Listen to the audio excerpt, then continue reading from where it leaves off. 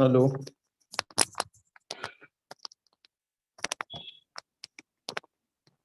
Shubham, yes sir. तुमको बना रहा हूं मैं फिर। शुभम, आप अपना नंबर मुझे व्हाट्सएप कर दीजिएगा, ठीक है Yes, ना? sir. एक बार फिर से। ठीक। Yes sir.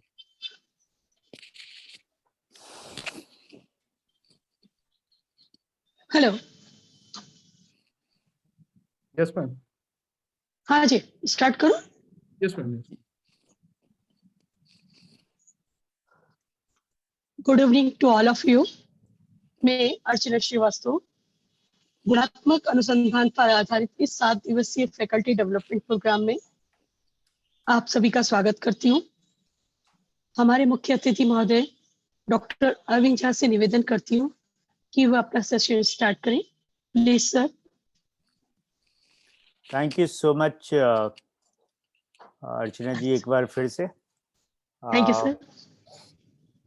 See, the today's topic that I'll be discussing is about ethnography, or you can say ethnographic research methodology, or ethnography method as a research in different disciplines.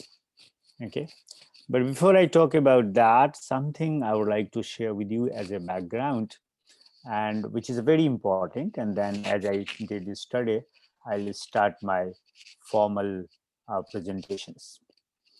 See, if you go by, it's very important to understand ethnography in its broader perspective. And then we'll come to why it became so important in the field of research, not only in anthropology and other social sciences and education, but in many disciplines.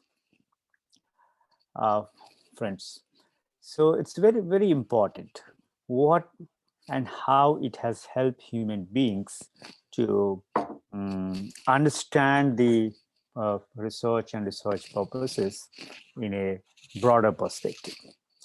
So if I'm asked that how do you view ethnography as a research method, I would like to say that it is a study of culture. So ethnography is a primarily study of culture. Then you can say it is primarily a study of particular culture. It is a study of a particular society or particular community, or even it could be a particular, the program in a given socio-cultural setting, etc., etc. And it helps us to understand human worlds in a different perspective, not the way it looks to us, but the way it is. May not be truly a reflection of how it is, but yes, you can guess that what it is. And one of the most important components of ethnography is the participant observational fieldwork. So the data is collected from the field itself, and the researcher has to act as a participant observational kind of thing. Now the question arises that when and how it started its journey, right? So slightly I would like to present you in brief, not in detail, that how ethnography started. And for that, I would like to suggest you, friends, please read the history, because the genesis of any concept in its historical context is very important. So simply tomorrow, when I'll be talking about the phenomenological research, or day after tomorrow, discourse analysis research, we'll be trying to understand the genesis of these two concepts, or three concepts, in its historical context. So if you go by the history, the person, who is given this, what you call, that how it became popular and how people got influenced by this. And I think as far as each university, each society, or each world, educational world, came out with a different kind of perspective and different people contributed in a different way, that how it originated and what was the main reason to get it originated. So as far as the historicity is concerned, let me tell you the person, I mean, in the British discourse of research, the person who is given this credit is none other than Malinowski. And Malinowski, perhaps in 1920 or 1918, exactly, I don't remember that year, but maybe either 1918 or 1920, he did one study in an island called Trobriand Island off to the Papua New Guinea. And when he did that work and published that work, and subsequently he became the professor of sociology and then the anthropology in London Institute of Economics, LSE. So ethnographic field work is the method that defines, you can say, social anthropology, because within anthropology, you know that there are shades of the meaning and the shades of the subject orientation within the group. But anyway, so this is one thing. Similarly, what was the subject and what was the perspective? It was completely different from what we generally see, that how it happens. But yes, it's not that, I mean, as a subject or as a disciplinary orientation, of course, the credit goes to him. But there were other people also who studied the life when the intellectually life was heavily influenced by the theories of evolution developed by Charles Darwin, right? And Howard Spencer, Edward B. Taylor, Sir James Frazer, etc., etc. So what happened? This gentleman is basically given the credit, who studied and which was published in 1918, and he has made a point that if you really want to grasp the native's point of view and his relations to life, and to realize his vision of his world, this kind of study or this approach and this methodology is very, very important. So this is what I wanted to share with you. And his subject was, as I said, time and again he has pointed it out in his writings, that the final goal is to grasp the native's point of view and his her relations to life, and to realize his or her visions of his world. So the principles that Malinowski identified apply today as much as then. So they apply not just to those undertaking exotic field work in a small communities far away, but equally to those studying groups or studying institutions. So today what I'll be doing, I'll be sharing with you one ethnographic research that has been conducted and contextualized in educational settings. So in order to perform good ethnographic field work in modern settings, it can be an advantage to have undertaken field work in an lean small scale society first. So either way, field work is informed throughout by anthropological concerns. So ethnographic field work used to be more open-ended than it is today. Today, what is happening, I'm seeing that people, identify their research questions first, and then they enter into the field. But there was time when people used to directly enter into the field. People started participating as a participant observer and participant, so they could capture the behavior of that community in a particular cultural settings and to understand. But today it's becoming completely different one. And this is one thing. And this may be, there could be many reasons. One could be the time it changed, another could be the funding could be the problem, time constraint could be the problem, or anything else. So this may be due to difficulties, as I said, and maybe a trend towards more policy-oriented research or multidisciplinary research groups. It could be, I don't know exact reason. However, the ideals of the participant observation method guide all interactions in the field, and ethnographic field research continues to be still, it's a more and more inductive. If we compare the British setting and the American setting, so you'll find that the American cultural anthropology focused on identifying cultural values and ethos embedded in individual actors, and their field research revealed much about the religious understandings, mythology, and notions of personhood. On the other hand, if you look at the development of ethnography as a research methodology, British, French, and other countries, social anthropology was preoccupied with social structure and institutions. And in India also, few people have worked from that perspective only. So ethnographers from these countries sought to map this primarily through the study of kinship system. On the contrary, the American anthropologists were largely studying American Indians in their own country and in Central America. European anthropologists went to Africa to study Asia and the Pacific. So the British and French tended to undertake their field research in their own colonies and continued to go to the same countries after they became independent.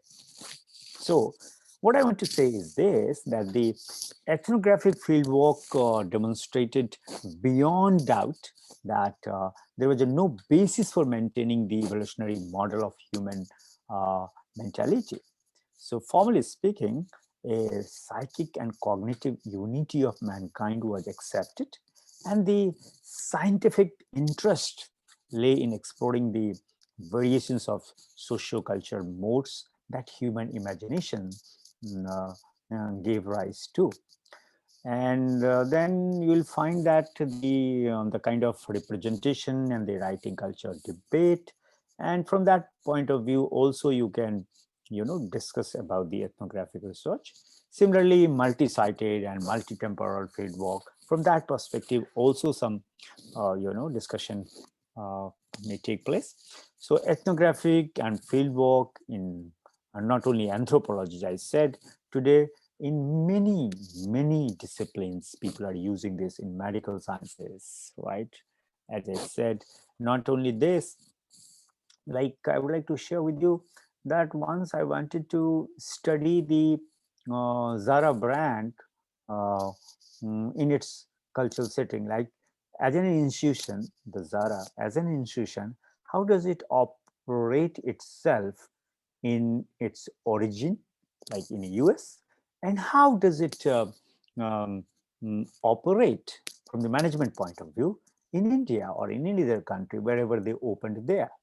For example, suppose somebody is interested from the apparel point of view, so apparel historicity, then how the Marks and Spencer, operates itself, though the company is same, the ownership is the same, but in different cultural settings. So this kind of a study is today people are doing just to understand the complexity that is there in human worlds. Like, fieldwork method of participant observation and the kind of anthropological questions, debates, and analysis that spring out of it, as these are embedded in a holistic analysis. So questions about social production and the cultural meaning of, for example, kinship. What is a kinship? And do you think the kinship is same in all cultures, or there is a variation of kinship as the culture varies, as the society varies? Similarly, sociality, similarly, labor, money, like how the shades of meaning of money had changed, the exchange, social stratification or the conflict or the authority or the gender, all these, and even education, all these are studied, so that gives anthropology its spatial identity, and that which distinguishes it from the other social sciences. So, but what is happening at the PhD level, what is happening due to decrease in funding and pressures on publishing, PhD students as well as academic staffs are having to change their research practice. A shorter period of field work is becoming common, and more topic focused research questions are increasingly demanded today. So this raises the question of what insights anthropologists or the researchers who use ethnography can provide that a clever investigative journalist cannot, or someone from cultural studies armed with an exciting theoretical concepts uh, is there. So anthropologists will still claim that only the very nature of their ethnographic method of long-term participant observations can provide a unique contribution to knowledge about other life worlds. Because life world is completely consists of many factors. So suppose if I want to understand the life world of Indians in comparison to the life world of, for example, other countries of the Asia or the Europe or the Africa. So a number of other disciplines have taken to use ethnographic or ethnographic fieldwork in the methods sections of their books. And so it's a full with that.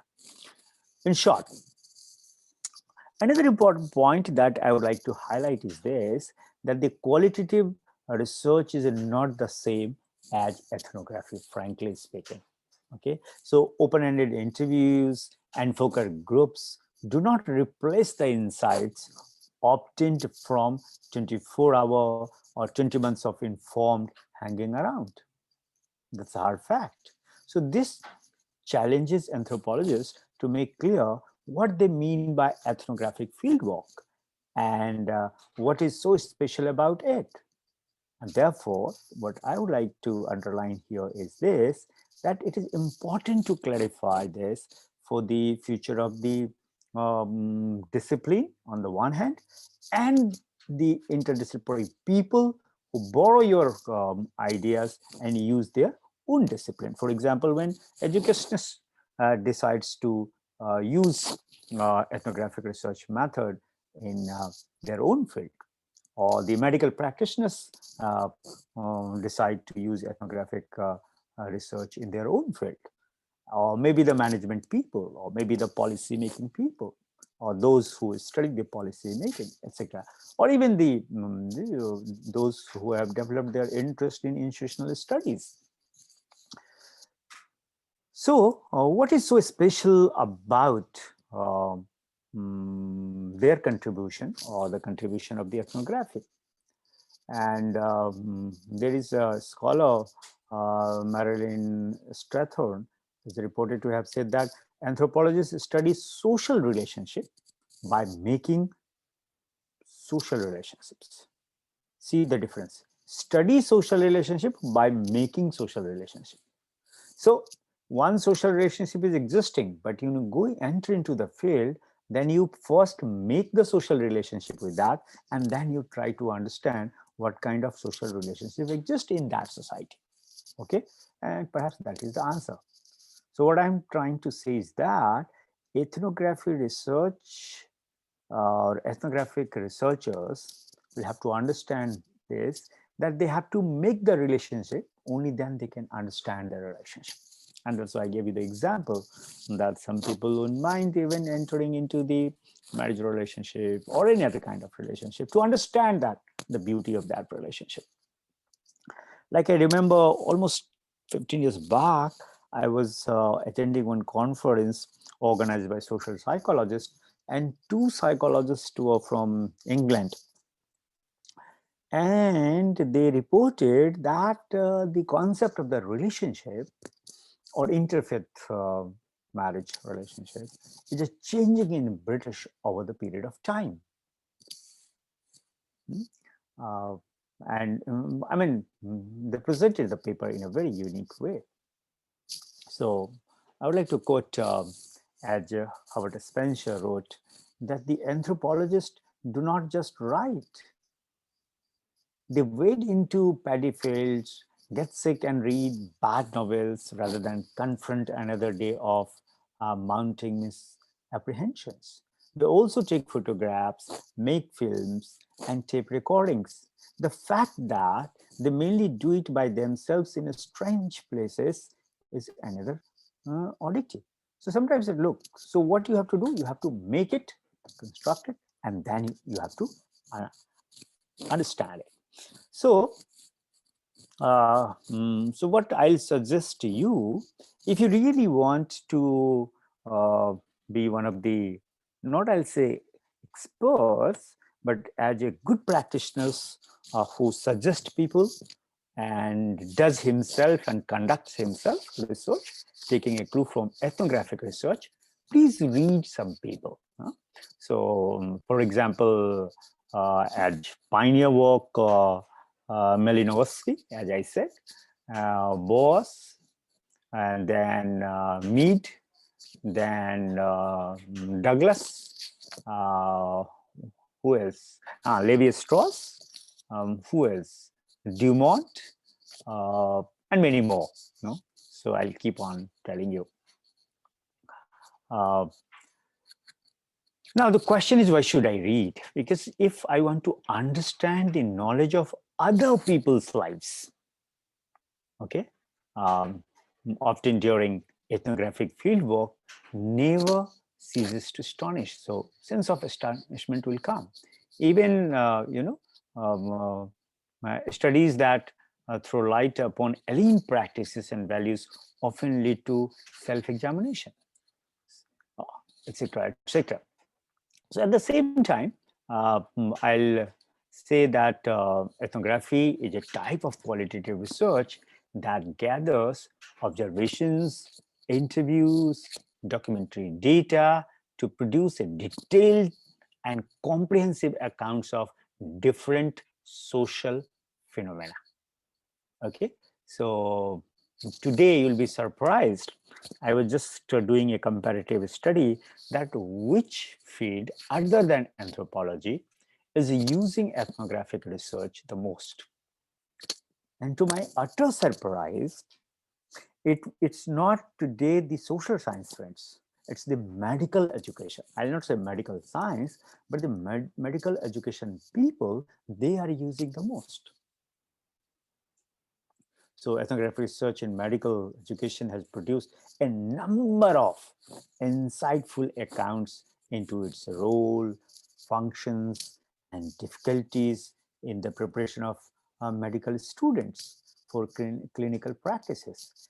If you recall, very first day I said, when a doctor is examining a patient, right, instead of focusing on patient, according to the research results, they start focusing on the disease. People like us and others argue that yes, you have to cure the patient by treating or prescribing the treatment to the disease, but at the same time, you need to understand the patient. Why? It's not necessarily that the disease or the suffering of a particular disease by any human being may or may not be a result of only pathological reasons. It could be many other reasons. Sometimes it could be psychological, sometimes it could be sociological, sometimes it could be purely economic reasons, or sometimes it could be, on the coping reasons. I'm unable to cope, so I pretend, oh, I'm not well, I'm suffering from some diseases. And even that disease is not there, such kind of people develop certain kind of disease. When doctors examine such kind of people, they find, oh my God, nothing is wrong with this. But still that person will tend to visit doctors very frequently. And such things are being noticed in the family itself. Suppose a whole lot of work I have to do, and I'm overloaded by the work in my office. At the same time, my family is expecting to discharge many works, which I'm unable to do. So what I'll say, oh my God, I'm sick. I can't do this, because you don't know how to cope with the stresses that are being created. So not necessarily every time the disease that is there, or the presence of disease that is there in an individual patient, the reason may not be the pathological one. Anyway, ethnographic, as I said, it offers a way forward to help overcome these limitations of relying solely on a particular data. So it's a mixture of the data. So through the collection of observations, interviews, documentary data, and the best thing is that which are triangulated. What is triangulated in short? Because sometimes we get confused by the jargons. Triangulated means compared and contrasted with one another. That is called triangulation. That's it. Triangulation is compared and contrasted with one another.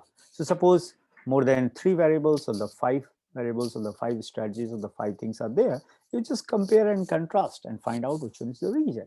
So which are triangulated ethnographic research, and offers a qualitative approach with the potential to yield detailed and comprehensive account of different social phenomena. It could be actions, it could be behavior, it could be interactions, it could be beliefs, right? So this is what, in short, I wanted to share before I formally start presenting my slides, friends. So now what I'll be doing first, in first half, maybe 1 hour or so, I'll be presenting my presentation. And then one work I have, because I know the author personally, I have spent some amount of time, at least 10 days with this author. And we talked a lot about this. So I love to talk about this. And another work done by one of my seniors at Department of Education, University of Delhi, she also has done recently one work. And if time permits, I would love to talk and present the perspectives of both the authors when they actually worked in the field using ethnographic methods. Okay, so now please allow me, I'm presenting it,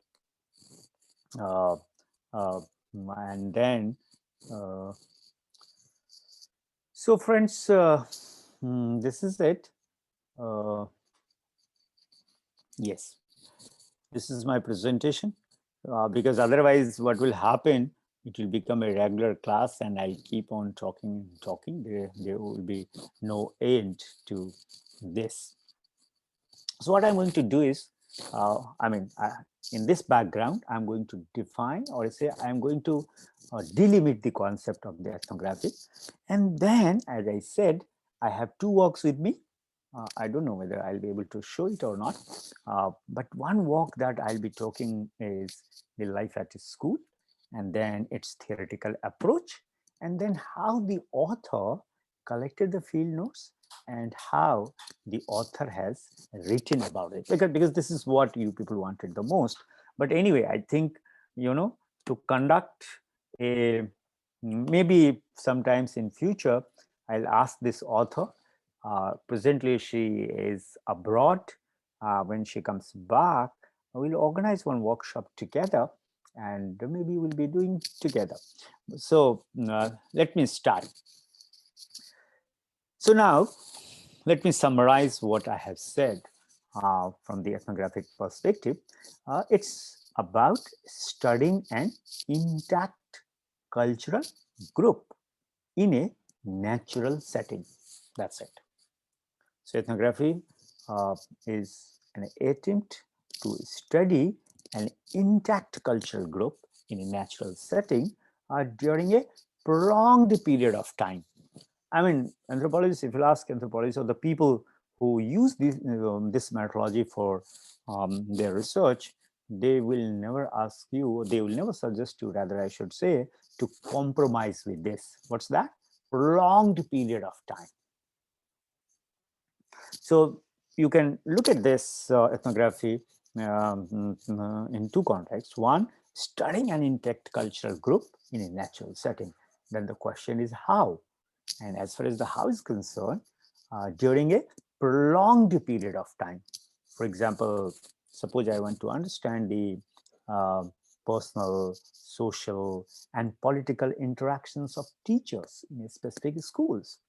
Or suppose I want to understand, I know if from the management point of view, understanding the personal, social, and even political interactions of the salesman in a particular organizations, or the sales executive in the particular organizations, or the top level executives in a particular organization.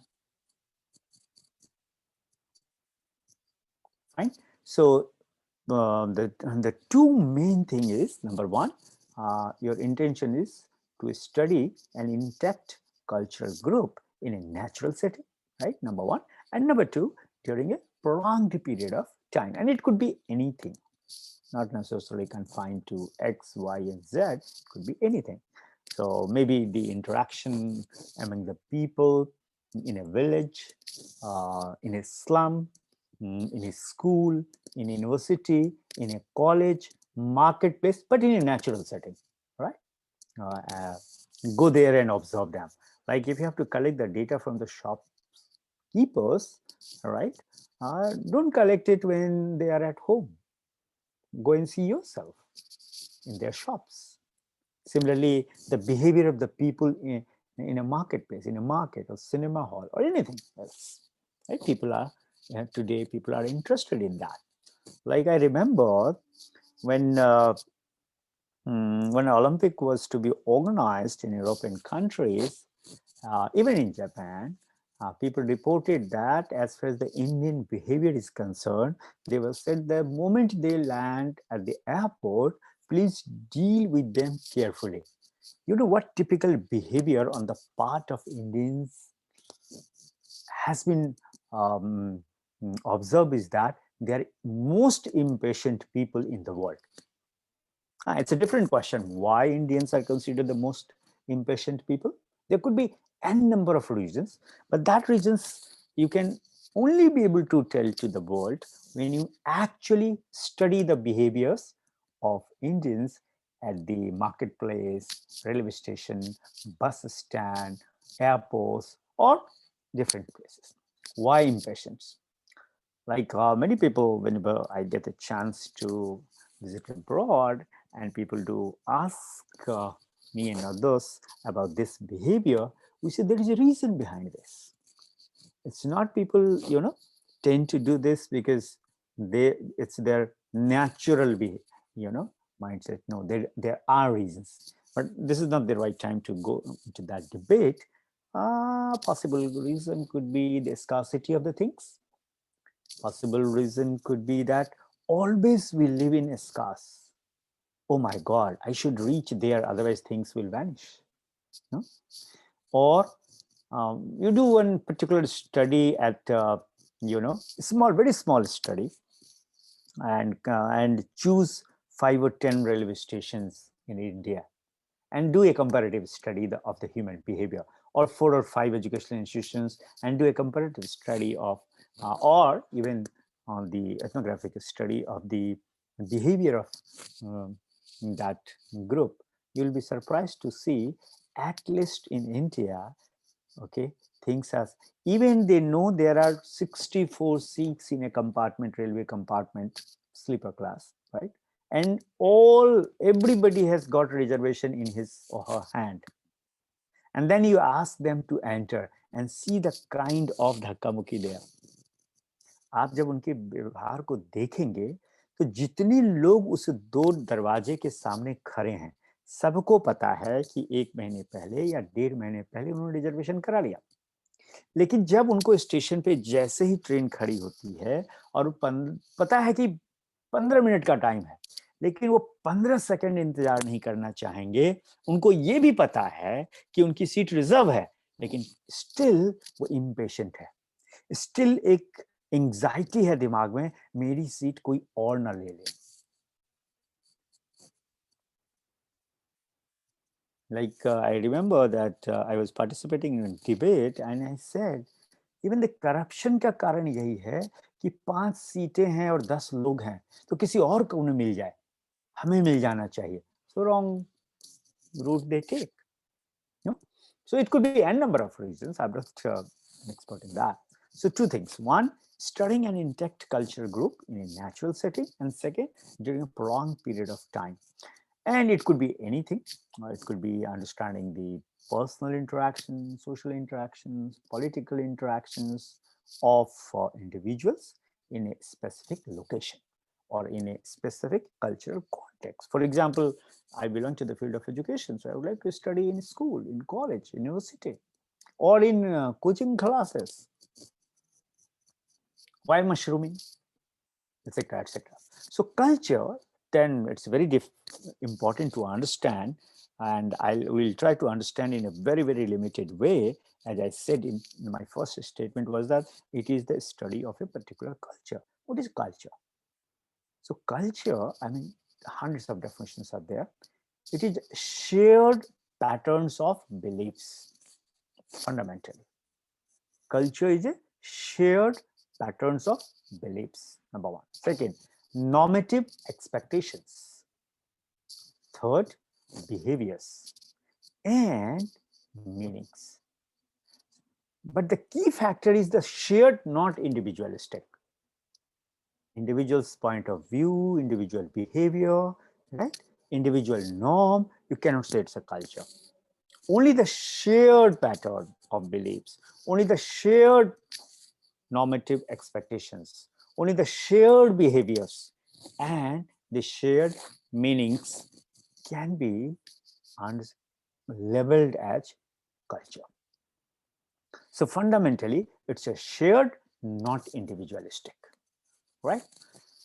Now, second important point is that how to identify and enter the research site.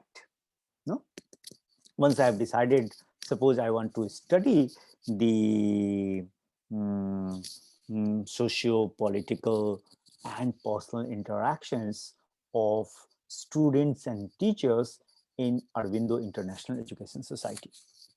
Why? Because their setup, their context, their curriculum, everything, even in its philosophy, they are completely different one. Like there is a one school I know, they will never give you any homework.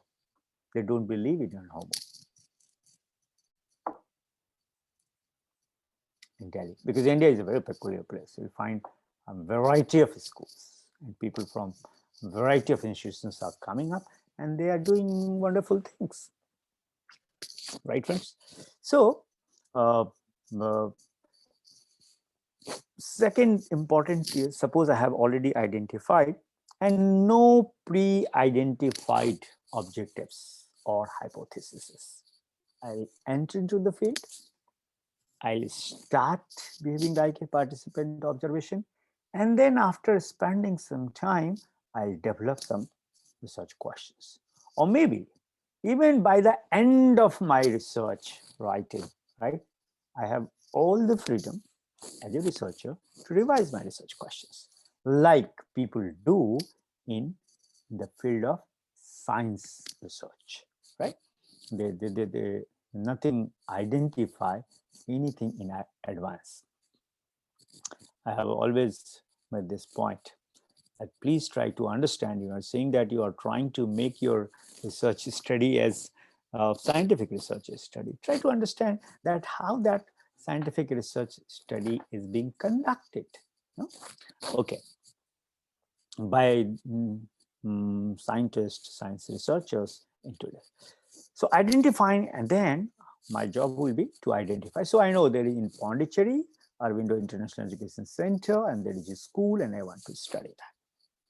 So how to identify and entering the research site. So here research site is the actual site. And for that, what is needed is called the foreshadowed problem. It means a general framework for beginning a qualitative study.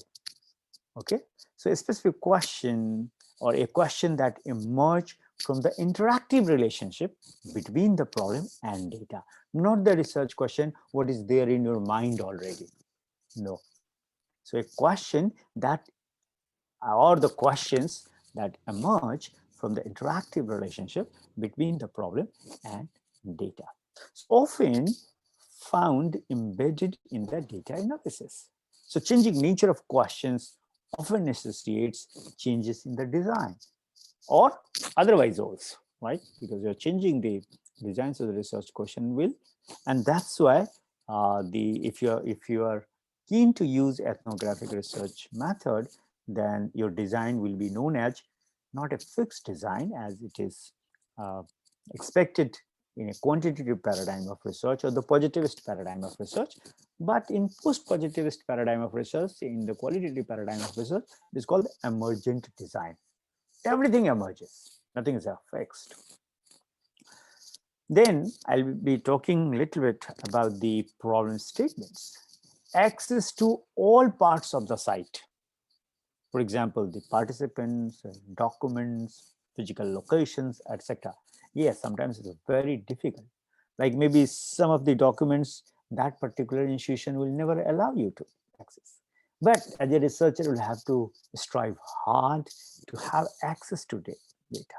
And if you are capable to convince them, see, I'm using this, or I'll be using this only for the sole purpose of you using this document is for my research. Maybe some people will at the same time, maybe some institution will not give you, but access to not only the site, but also access to all parts of the site. What does it mean? It means access to all sorts of participants or all actors who are there in that particular institution, all documents, not only the books or the syllabus, but also the notebooks of the students, notebooks of the teachers, notebooks of the administrators, or some registers kept in the office, etc., etc. And of course, the physical locations, all physical locations. Like always, I have wondered,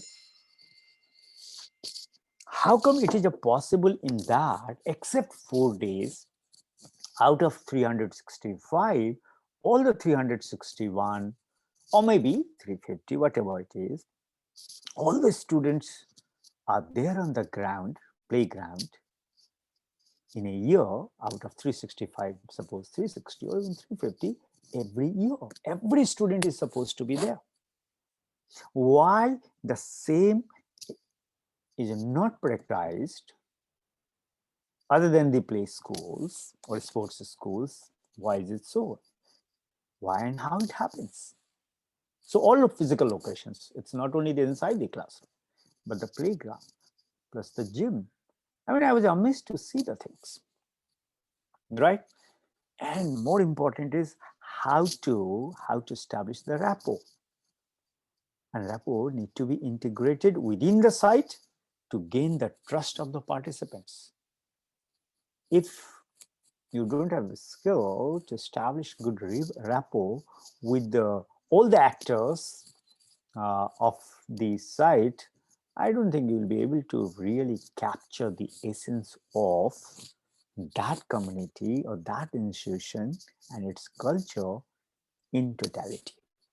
So often site entry takes friends. I mean, that's one of the weaknesses of this, particularly that's why PhD level people, evade not to enter into a research which demands ethnography research. So often site entry takes a very, very long time. Very, very long time. Because the moment you will say, we want to study this, why do you want to study this? but we'll get out of this study. Why should I allow you? Etc. Like I tell you, I was writing for my MA dissertation. I did my study on the concept of reasoning, and my research problem was a study of use of reasonings by teachers in teaching. कि जब एक शिक्षक कक्षा में पढ़ाता है या पढ़ाती है किसी भी विषय को, तो उसमें तर्क का प्रयोग कितना करती है ये मेरा नहीं था, कैसे करती है और कब कब करता है और करती है. So when a teacher teaches a particular subject, not necessarily only mathematics, physics, chemistry, bio, computer science, etc., but even history or the civics or the geography or even the language, right? When and how the teacher uses the reasoning.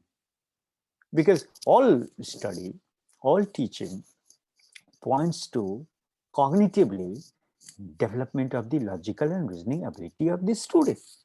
And this is what I wanted to study.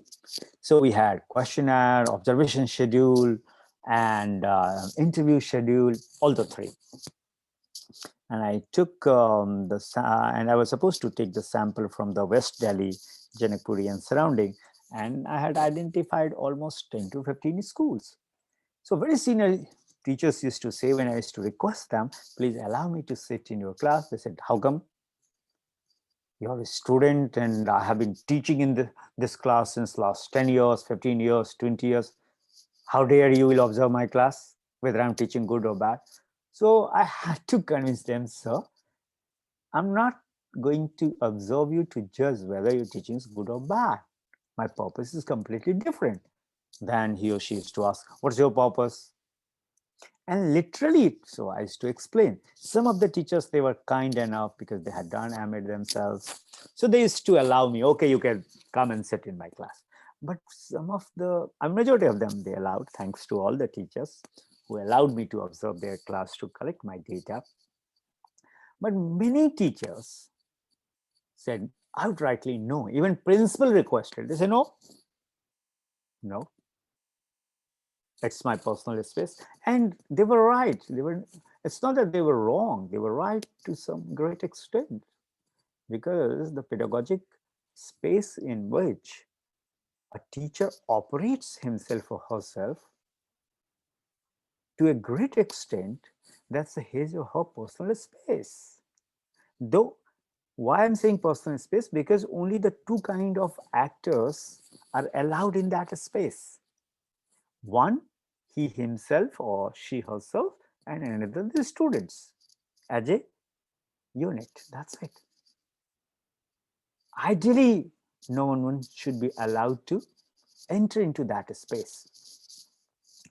But yes, unless someone allows the third one, how can the outer world can understand what actually goes inside the classroom? Why? Because teacher is teaching and students are learning. But suppose I want to understand that a teacher is logically and in terms of reasoning very sound, but does he or she use this? And if he or she uses this, how frequently, in what manner? Number one. And number two, once he or she uses this, does that act affect the logical ability, the reasoning power, and the power of students or not? Otherwise, it's of no use. Like particularly in mathematics, when we write the general aims of teaching mathematics, we were told, and still we are telling to the students, to develop the logical ability of the students, or the reasoning power or the logical power of the students, or the rational logical power of the students. But do you really check that what you are teaching, those components, those methodologies, and those strategies do help students to develop the logical ability and the reasoning ability? And that's why the entrance of the third actor into the site, though that site you may call the pedagogical space within the boundary, not within the four walls of a classroom, because pedagogical site may not be delimited or confined to only the four walls of the classroom.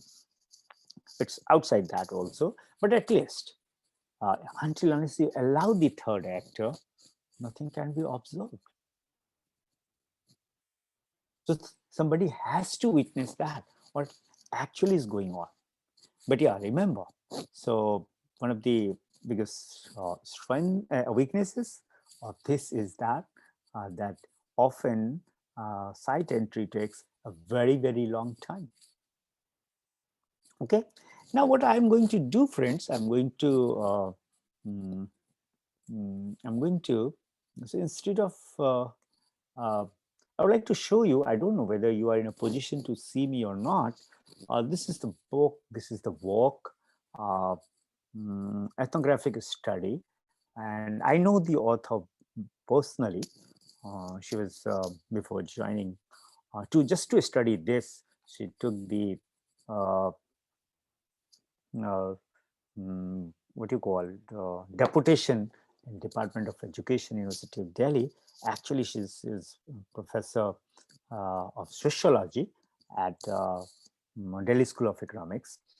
And so what, instead of talking this, I would like to talk about this, how this author, because I have spent quite some time with this author very leisurely to understand that what actually she did when she decided to study the life of the students, and particularly the students in the school, which is based on the philosophy of J. Krishnamurti. Okay, so this is what I have decided to share with you. And so coming half an hour, I'll be presenting this, and then half an hour, different shades of this. So let me start with the study that today I'm going to focus, life at school. If you look at this work, once this work was completed, and this work has been published by Oxford India Press, or you say Oxford University Press in India. And perhaps the copy that I have in my hand and which I see, and I suggest people in the field of education that first edition, it was published, you'll be surprised, in the year 1991. And then this Oxford came out with paperback editions when this book became very popular in the year 2006. Earlier also. So, why do I do? Because I have spent some time, as I told you, with the author of this work, and the name of the author is Meenakshi Thapan. As I said, she is primarily a professor of sociology in Delhi School of Economics. And when I was in 93, 94, I was in Department of Education, University of Delhi. That time she got the deputation from Delhi School of Economics to Department of Education. And she said, now I have done this study, so I should teach sociology of education. So we studied at AMET level and level from a person who was a sociologist by training, but had done the study, conducted an ethnographic study in the area of education. So name of this work is Life at School, an Ethnographic Study. And that's why I thought that I have such kind of 5 to 6 works with me, but this is the work which is very popular. So I thought, why not I should talk? And moreover, maybe something, the personal characteristics of the researcher, because I have spent time with her, so I'll be able to do justice when I'm presenting my ideas. When you will look at this work, many of you might have studied, but today we'll try to look at this work, not what is written and what is there or not. Try to see how this work has been presented to the world. To the world means to me, to you, and to us all. Okay, so what as it happens, I'm not going to talk about introduction, what she has written, or the preface, what she was written, or introduction to the edition, what she has written. No, the first chapter is introduction. Okay, one by one I'll discuss. Let me first present the one. So introducing the problem. So this is the first, introducing the problem. Secondly, she talks about ideology and education, Krishnamurti's worldview and educational thought. See, it is an ethnographic study. So first, she writes the introducing the problem, life at school. Okay, this was our main title, but the title with which this work has been published is Life at School, an Ethnographic Study. Secondly, she writes ideology and education, Krishnamurti's worldview and education. You must be surprised, why is it so?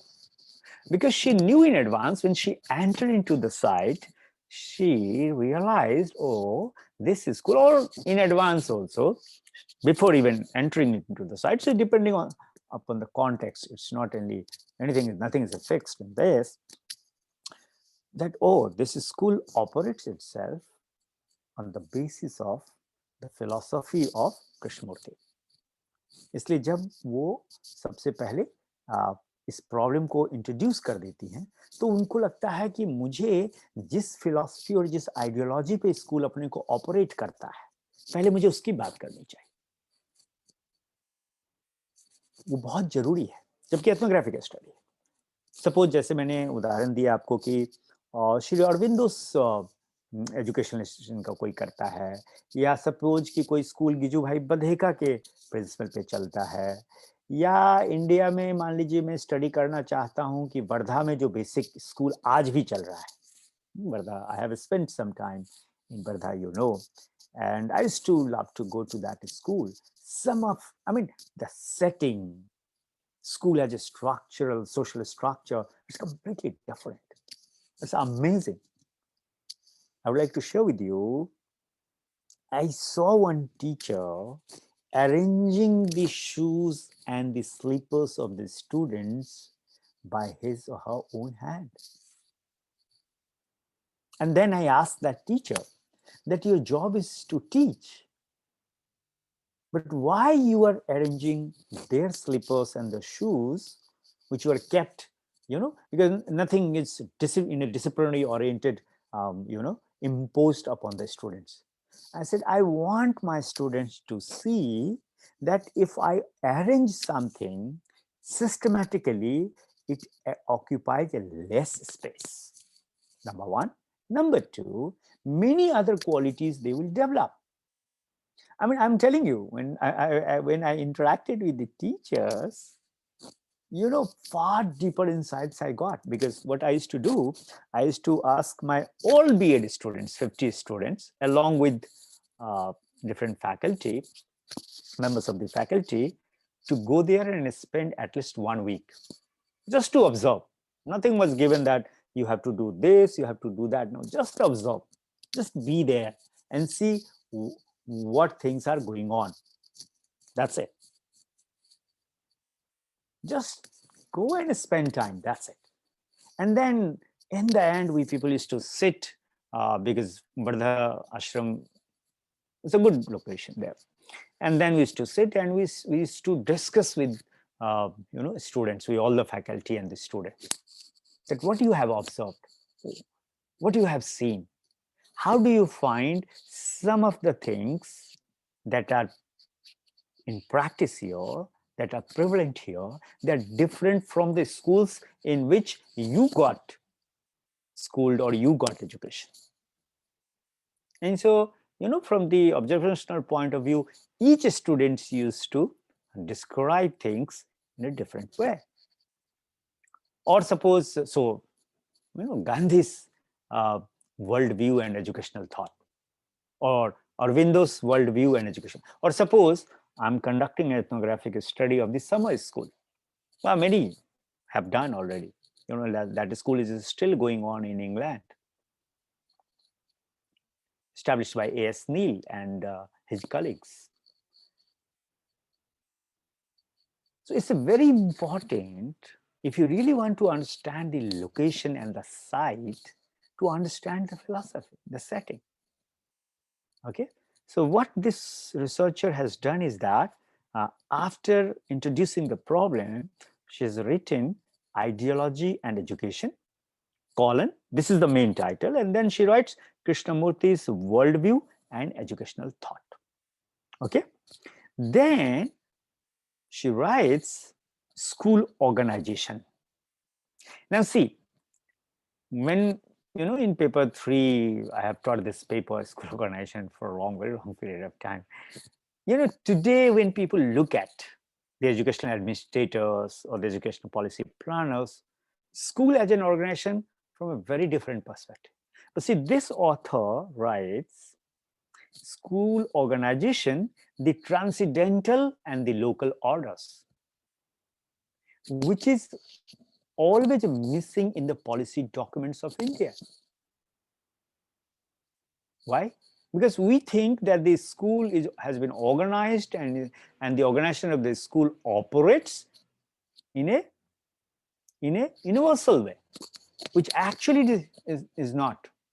And that's why this author decided school organization, that's the main title, and subtitle is the transcendental and the local orders. I'll talk about that. First time I'm just presenting before you. See, suppose, when a researcher conducted this research, now it's time to reporting that research to the research audience, me, you, and others, and see how things are presented. Because when I talk to her, I think, do you think, can I ask you, do you know that when initially you entered into the field and you might have thought that the school organization in that way? She said, no, absolutely not. Absolutely not. I thought that the school organization is a singleton organization structure. But she wrote the transcendental and the local orders. The next she writes school culture.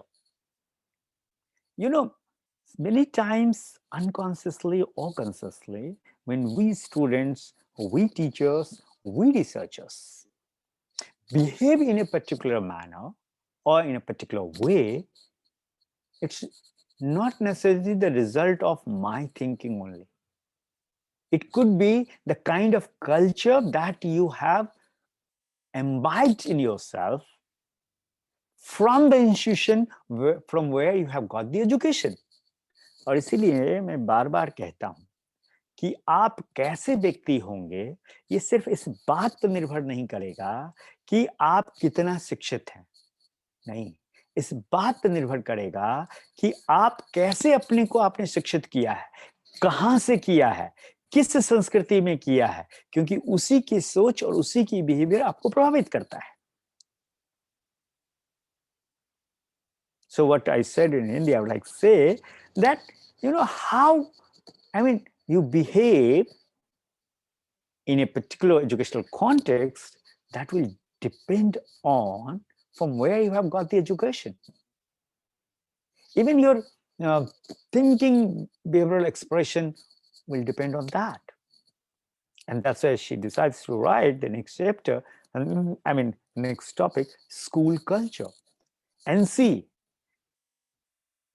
and specifically she chose the subtitle as rituals and ceremonies. There is no school in the world which is without ritual and which is without any ceremony. But why a particular school celebrates a particular ceremony in a particular way or unique way?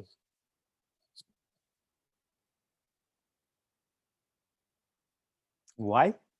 Because see, as human race, as a descendant of Homo sapiens, evolved culturally also.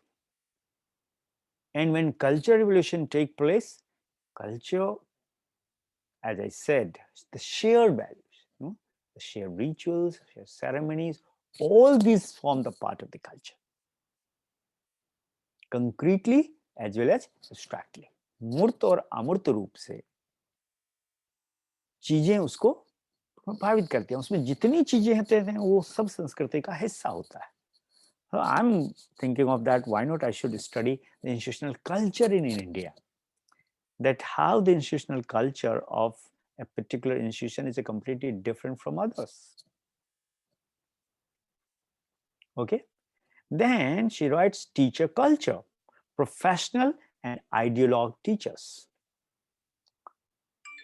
So as far as the teacher culture of this institution is considered, she has deliberated professional and ideologue teachers. She might have noticed that some teachers, they are the purely ideological teachers based on ideologies. But some are, though they are teaching in a school which is based on the philosophy of J. Krishnamurti, but they are purely professional. Professional means as it is expected from the teacher. And then she writes teacher interaction, teacher-pupil interaction, teacher interaction first. So teacher interaction, so two kinds of interaction she has discussed in this chapter, that is the formal and informal. And then the pupil culture. So school culture, teacher culture, pupil culture. But I don't know why she has arranged teacher interaction first and the pupil culture later on, but anyway. And as far as the pupil culture is concerned, the subheading is an ensemble of relations. And finally, she writes teacher-pupil interaction. And when she entered into the site and when she came out of the site after having thorough access to various documents at the site, she decided to write teacher-pupil interactions in the form of freedom and constraint. And lastly, she writes about the concluding comments. So there are two ways to present this work in front of you. One could be that I should talk of this book. Another could be that let me first complete this. Okay, what are the things she has presented as a concluding comments, and then one by one I'll discuss with you. So concluding comments, and in that concluding comments, in that chapter, she writes paradoxicality. Why paradoxicality? You'll be surprised to see, though that, this is researcher's observation point of view. I have nothing to comment that this, but from the researcher's point of view, she observed that there is a paradox.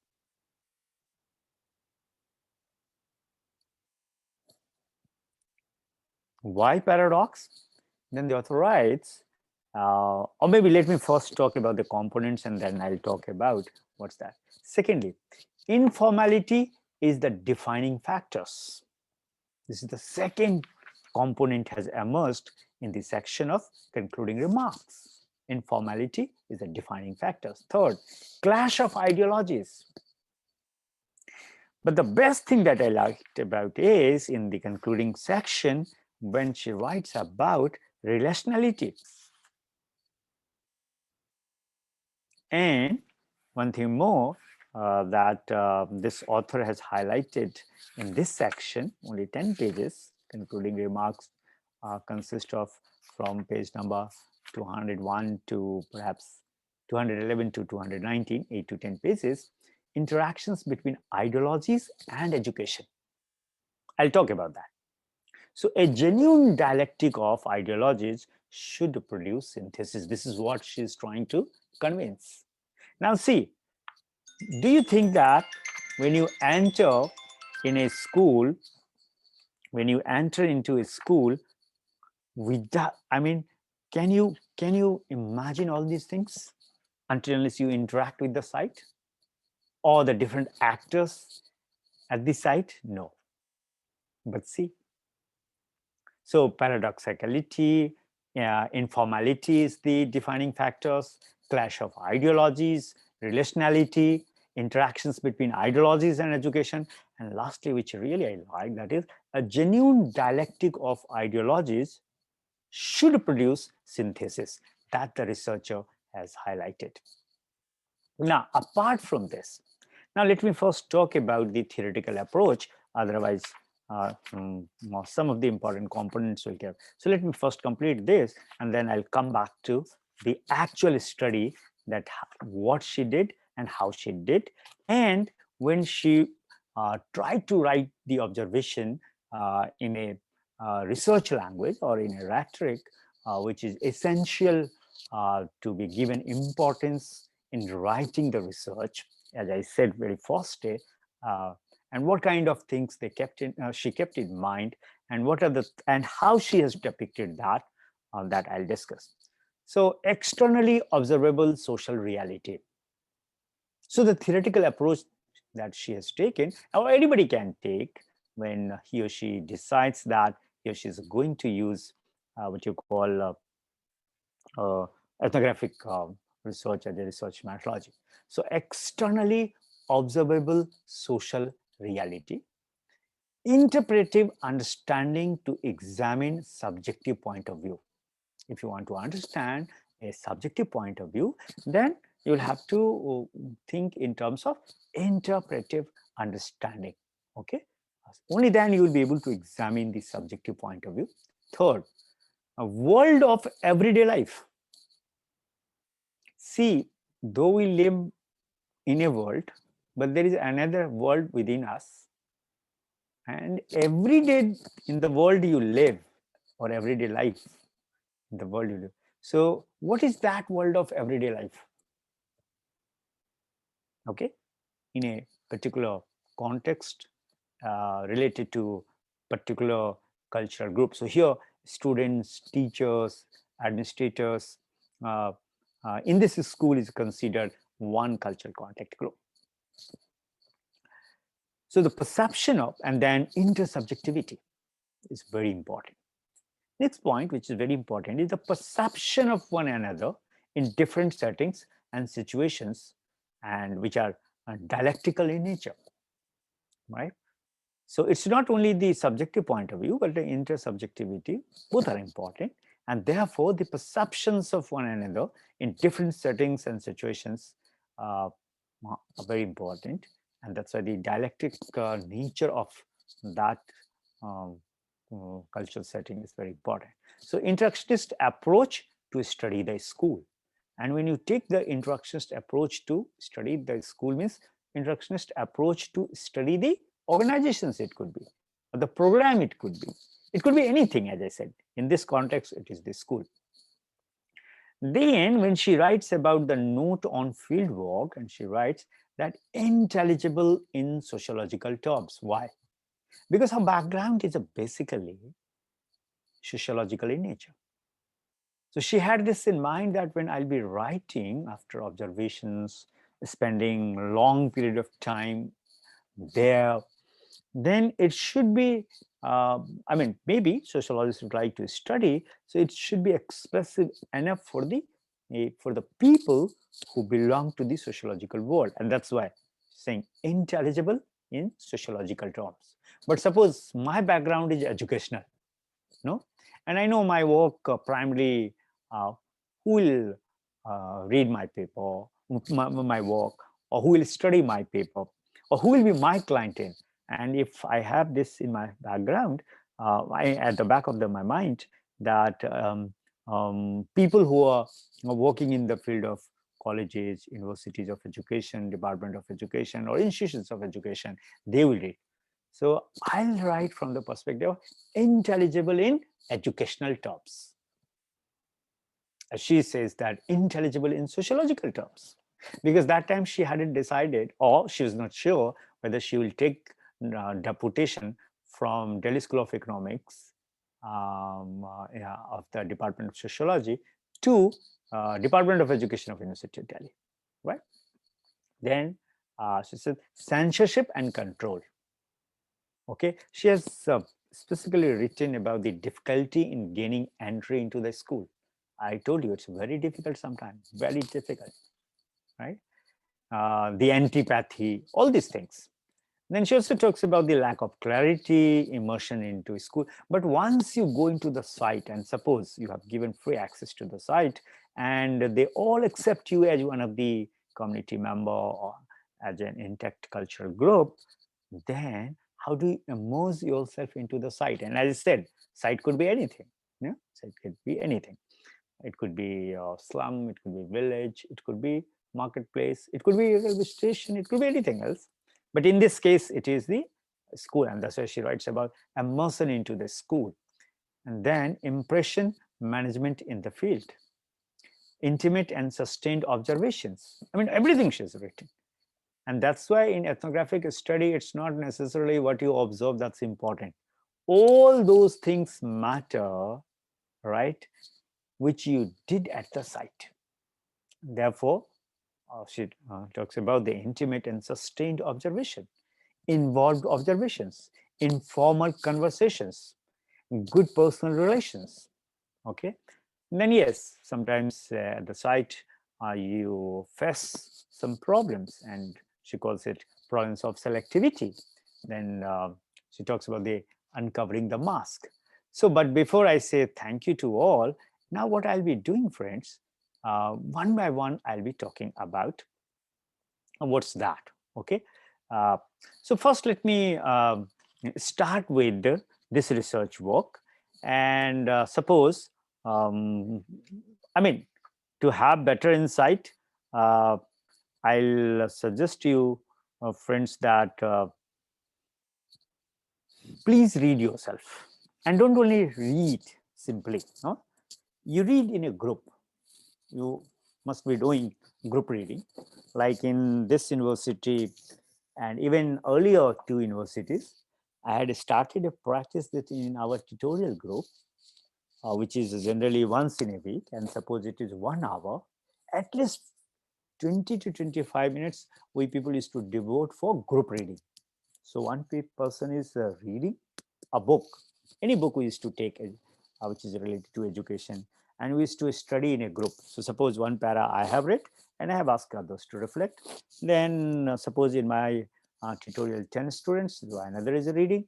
So group reading, and so I mean, my suggestion will be that please do the group reading, so that debate, discussion, and deliberations should take place, and record it, and then transcribe it. Oh, you'll see the marvelous idea will come out. Anyway, so when she writes introducing the problem, and when she writes introducing the problem, now I'm not going that when, how, and what was it that actually motivated her to do this. But I think that she was highly influenced by Krishnamurti's ideas, and she had access to Krishnamurti Foundation India, which is known as KFI. So she writes about the regeneration of Rishi Valley. Rishi Valley is the name of the school, Krishnamurti in praxis. And she has presented Krishnamurti Foundation's this. But what I liked about this chapter is introduction. So you all know that the Rishi Valley School is in southern India, run by Krishnamurti Foundation India.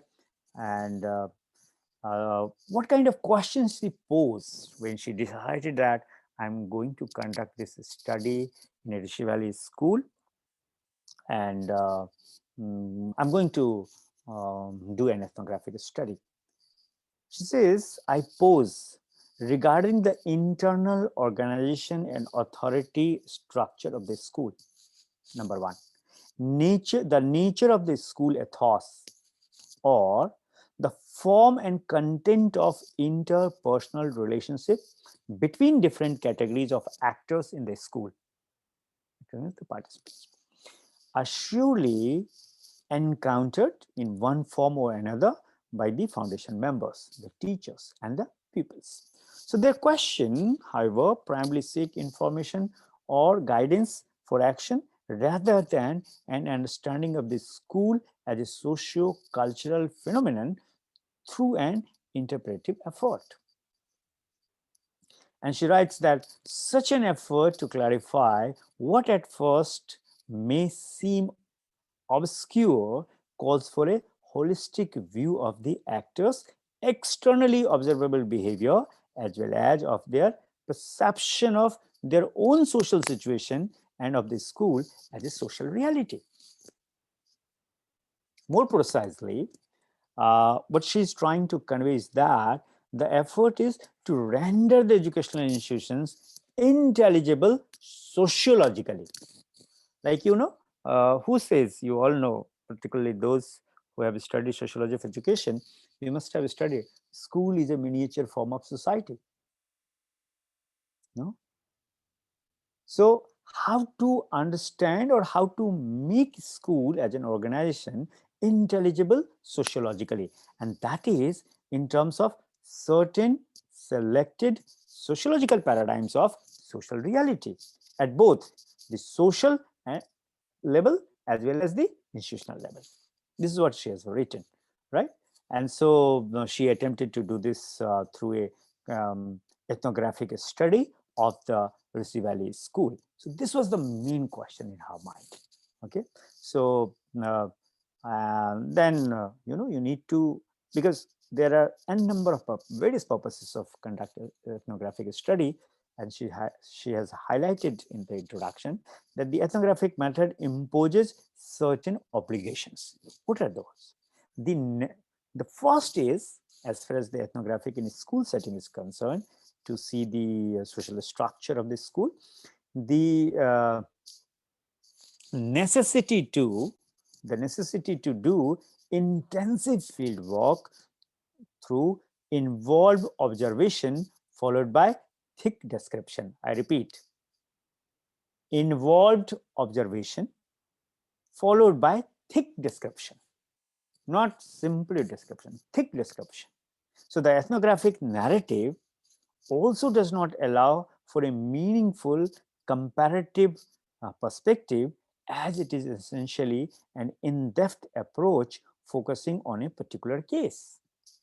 So it is possible that several structural changes as well as transformations in the ambience of Rishi Valley schools have taken place, because it started in 1981. Almost 8 to 10 years had passed, but following sociological conventions. And that's why she said that she has used ethnographic research method throughout. Anyway, but see what she says. And then she write the technological world of the school, psychological world, Krishnamurti's education thought with its emphasis on harmony between what he calls the technological world and the psychological world. This is what Krishnamurti says, no? I'll suggest even those who want to understand education in terms of social structure, please read this chapter very carefully. Even if I haven't studied J. Krishnamurti, you'll observe that what amount of, my perception is that, as she reported to me, for 6 months she studied only Krishnamurti's educational philosophy, wherever she got the access. And then she has summarized in a wonderful way. And this is what is the challenge. And that's why time and again, friends, I suggest to the budding researcher, please develop a habit of reading a lot. Get access to various materials,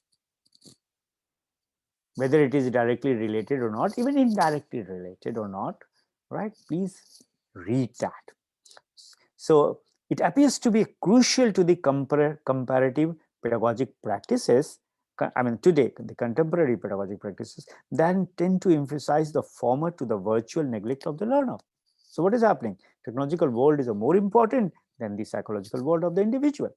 So the human being is not only an individual for Krishnamurti, but more importantly, an individual in relationship to society.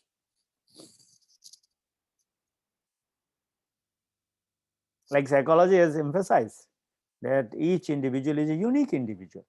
But see, from the sociological perspective, even Krishnamurti in his philosophy, has emphasized that the human being is not only, because she has to study whom? Individual student in a collective form, in a sociological structure. To understand the educational structure, which school generally represent. And that's why it was very essential on the part of the researcher to understand how Krishnamurti or how the philosophy of Krishnamurti perceives and conceives, right, the individual in a society. And that's why she has written, the human being is not only an individual, but more importantly, an individual in relationship to society. Now, you'll say, what is its implication? Implication is, do you think that our any curriculum, any syllabus, when it is formulated, keeping this in mind? We develop the, the contents of the syllabus keeping subject or the discipline in mind, not the subjects for whom this subject is developed. If I am preparing a syllabus of mathematics, and this is what I have advocated time and again, after all the syllabus of physics or the chemistry or the bio or the history or the geography or any discipline, you are developing for what purpose? For the subject itself or for the subjects to whom you are going to impart this? Subject which is subset of the discipline or the subject who is going to study this? And therefore, it's very important for the subject whom you are developing a particular subject X, Y, Z, you should not forget that an individual, who is a subject, who is an individual, he is not only an individual in himself or herself, but more importantly, an individual in relationship to society. So she wanted to see, okay, let me go and observe this, whether this thing is there in the school life or life at school or not. And then she has written, if therefore the school seeks to provide an environment for the nurture or development of certain qualities in its pupil, there will only, this will only contribute to eventual social transformation rather than mere individual absorption that is so often feared by critics of the school.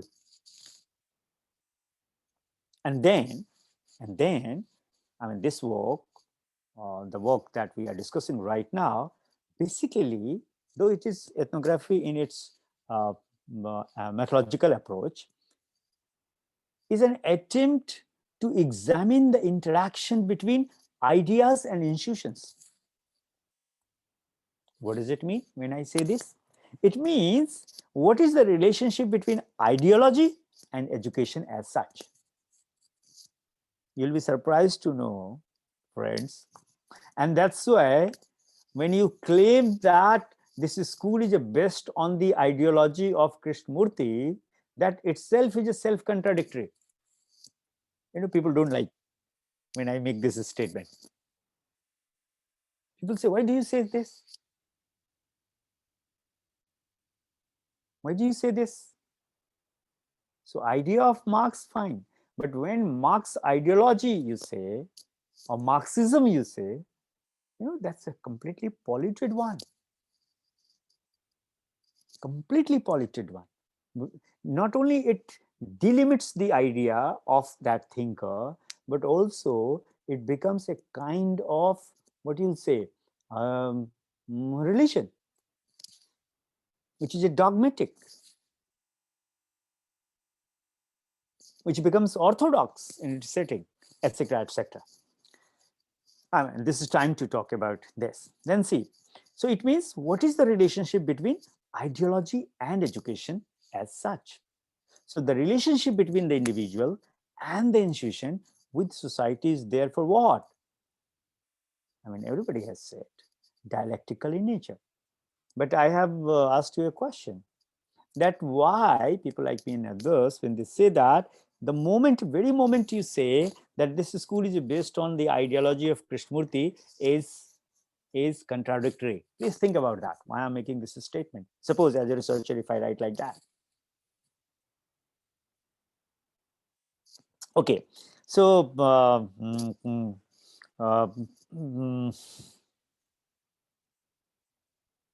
I mean, this researcher has observed that what should I say? That the school is not merely a physical or an ideological construction.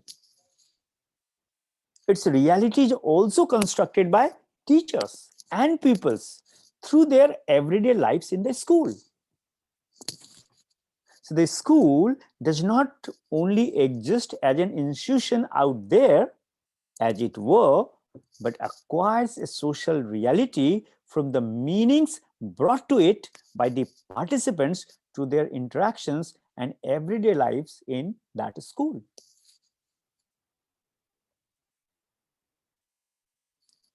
Now, what does it signify? What the researcher, after spending a long period of time in that school, interacting with various actors at the site, what she wants to convey?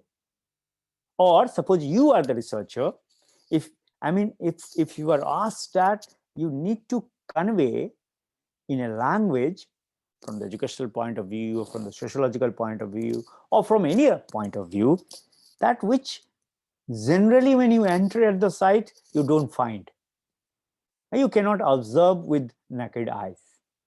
But when you observe, you develop the theme, the pattern, and then you apply a particular context or particular paradigm in which you are going to talk about for a particular people, then you have to write in such a way that what is not so obvious in terms of observation, you have to convey. I'll give you one meaning.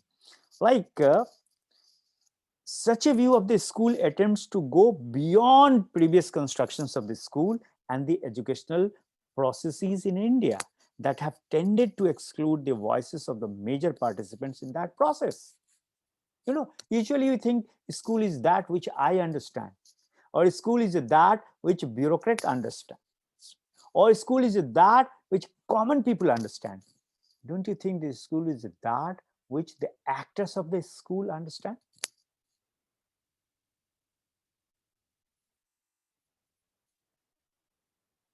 I'll give you a good example. And she writes in her book that the sociologists of education in India have tended to look at educational process largely in terms of their internal and external dynamics, discuss somewhat loosely as the social background of the teachers, students' politics in higher education, problems of university administration, educational goals in relation to social development, and so on and so forth.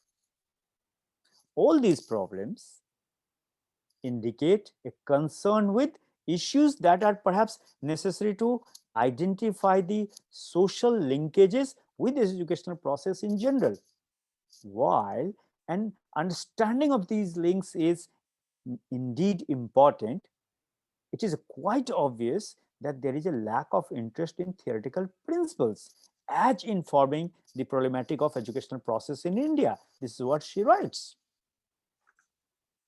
And just to understand that, she did this study. And to this study, she didn't rely on any quantitative measures or any other research methodologies. So no, this can be understood only with the help of ethnography research methods. In short, what I want to say is this, that what life at school is all about. What life at school is all about. Or suppose if you want to understand what life is at the college is all about, or what life is at the university is all about.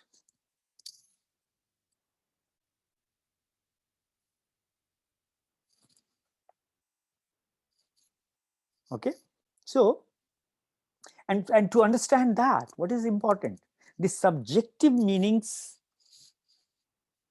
of the actors, and that's why she has written, the subjective meanings are individual and collective orientations based on varying motivations, interests, and intentions.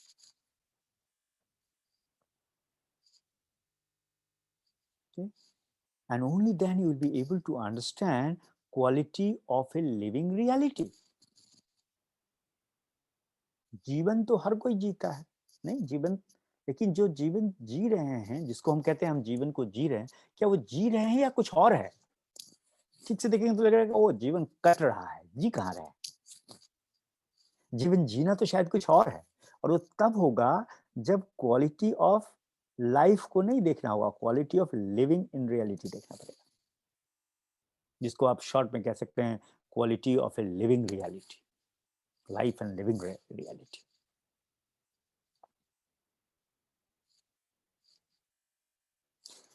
So in the introductory chapter, I mean, she proposes that what she intended to do that. And as I said, in the second part, she writes about the ideology and education, Krishnamurti's worldview and educational thought. No? And here, it's an amazing chapter. I'll suggest, friends, though this is based on, not only the based on ethnographic observations or ethnographic study, but it indicates that what amount of study just to write 9 pages or 10 pages, friends, only 10 pages, right, requires on the part of ethnographic researcher. Please read that. Page number 8 to, it's only 19-20 pages. And I think that demands at least 6 months of work.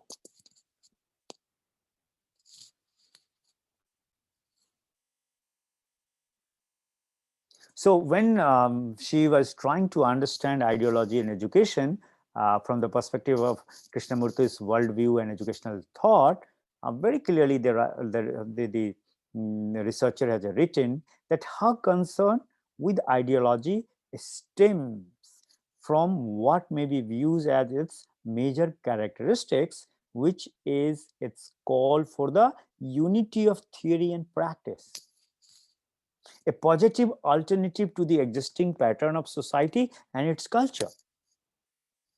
Now, you ask people, what is an ideology?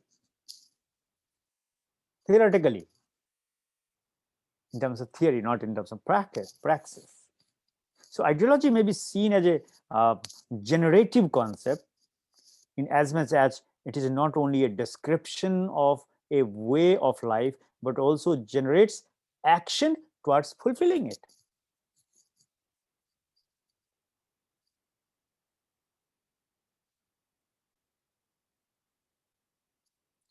So you'll be surprised to see when you read Krishnamurti, and that's why paradoxicality, read that, you'll find, I mean, even all these institutions which they claim that they are operating on the basis of the philosophy of Krishnamurti, but they are, presenting a paradox to their students, to their teachers, and as an institution itself.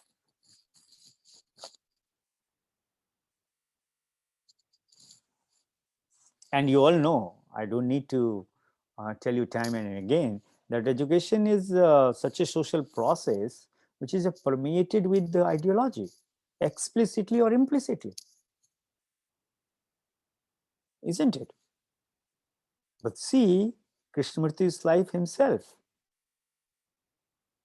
I mean, he himself has denounced that.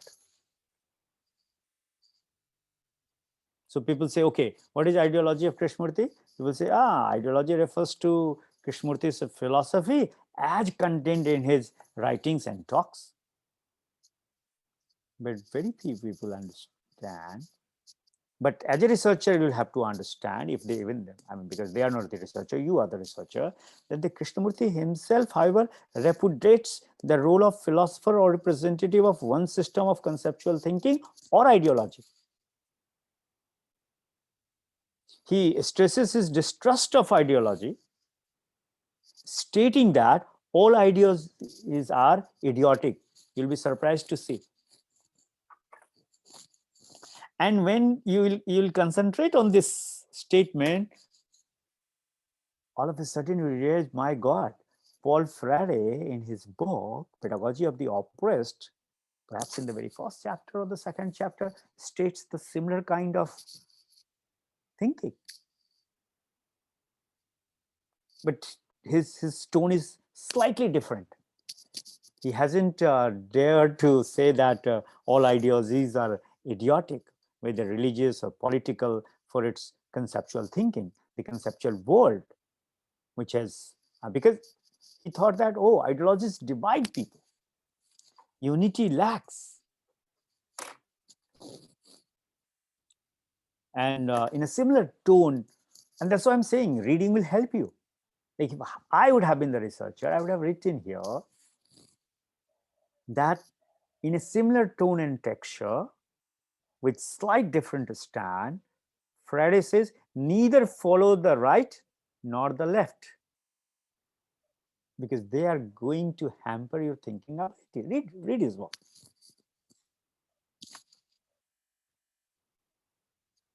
And that's why Krishnamurti is not concerned with abstract formulations or arguments, but with thought in praxis, as it were, as he urges the individual to immediate action, right? And that's what I'm saying, to enter before the site. Even when you have entered the site, you know, the challenging task is, on the one hand, you're trying to understand his ideologies, and on the other, actually you have to observe what's going on.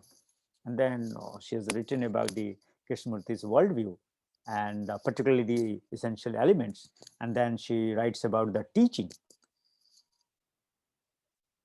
And as far as the teaching from the Krishnamurti's point of view, the most significant aspect of Krishnamurti's definition of his own role is his complete disavowal of authority.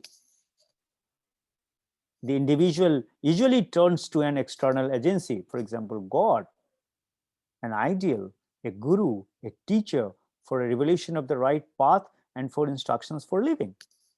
And that's why perhaps Krishnamurti questions whether such authority can actually initiate individual perception and change.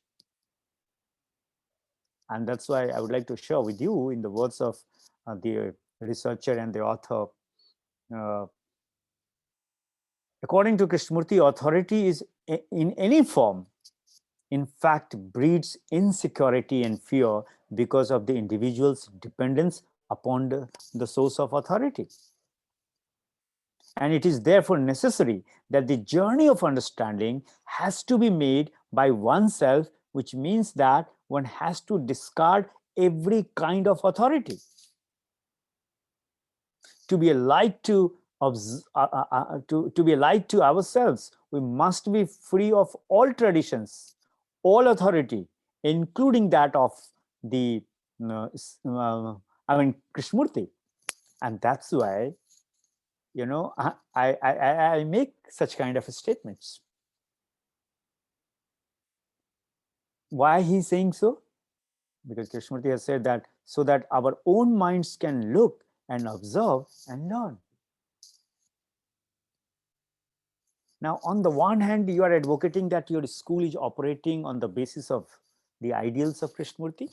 And on the other, you'll find, I mean, when you are making this statement, such statements themselves are contradictory, full of inherent contradictions.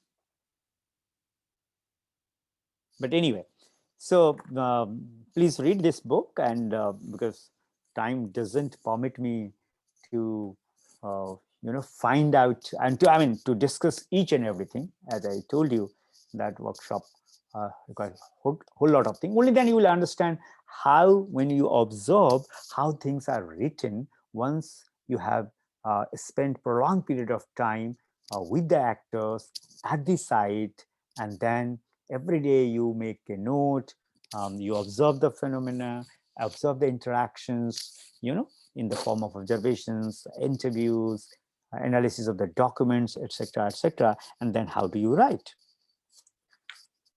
Okay, because it's a school setting. Similarly, suppose if there is any person who is teaching management, for them I'll say, take any brand or any organization as a cultural unit, enter into the site and see. Like, I don't know if I have shared this with you, no, or not. Like, I remember in 2012, perhaps, all about, I was teaching a paper called Human Ethics and Values in Management. So in my class, there were 120 students, 40 students from market management, marketing, 40 from the finance, and 40 were from the HRs. And then one day, I don't know what motivated my vice chancellor. He asked me, Dr. Jha, why don't you teach this paper to our management students? Because my vice chancellor was from the discipline of management. He says, I don't mind. But I told him that I'll not, teach this paper the way you people have been teaching, and the way then but the beauty about that university was that every individual teacher had freedom to, structure his or her syllabus according to his or own understanding. So I prepared a syllabus and I shared it with the dean of the school. And then I wanted to share, because he himself had been a professor of management 25 years. He said, okay, it is entirely up to you. So one day I read something about Zara. Zara is an apparel brand, and that time he became all of a sudden the second richest man in the world. It's an apparel company, apparel brand. And I read something that why and how it became so famous, how the owner of the Zara could earn so much from its apparel brand. So I read some philosophy. I said, okay, let me take the Zara brand as a case, and let me discuss that brand and that institution from the perspective of human ethics and values. Yeah, it was very exciting and interesting. So then, the head of department of the market management, just like my younger brother and my friend, I suggested him that you take this brand not as a case, take this brand or this as an institution, as a cultural site, enter into the site, and then do the study that what the honor or the philosophy of this institution has advocated. Do the actors who are acting at the site, they act on the basis of those principles or something else? If they act, I mean, what is the relationship between the two? And it's amazing. It's amazing, friends. It's an amazing philosophy. On the basis of that, this brand has, operated itself. And that's the phenomenal success. I'm not saying that since it is a success, that's why the philosophy is amazing. But the way this brand has captured the psyche of the buyer, particularly it's a American brand. Now it's available in India also. But I have visited several times in the outlets of these two brands in the US also and here also, just to understand that, because I had opportunity, because they have some outlets in New York. And so I was stationed at New York for 10 days. So I had a chance to go to different, outlets there and nearby states of US and here also. You can study the life at institutions, life at a particular apparel brand, life at anything. That's why I said that. Anyway, now let me talk about from the organization point of view, because when I talk about the second chapter, I become so passionate. I forget that I have to complete and talk about the other things also that came in her mind. So the third entity she has written about the school organization, and you will be surprised. You know, the usual understanding of the organization as the usual understanding of the school as a social structure is completely different one. And the way, researcher and the thinker look at this. So school organization, but more catching or more important is the subheadings of this. And she writes the transcendental and the local orders. When you read this, chapter, I mean, see the things, the kind of things she has written. I don't think that any sociologist, because my favorite sociologist from the sociology of education point of view is Basil Bernstein. And there are others also, but Basil Bernstein's understanding of sociology of education is completely different one. So it's amazing one.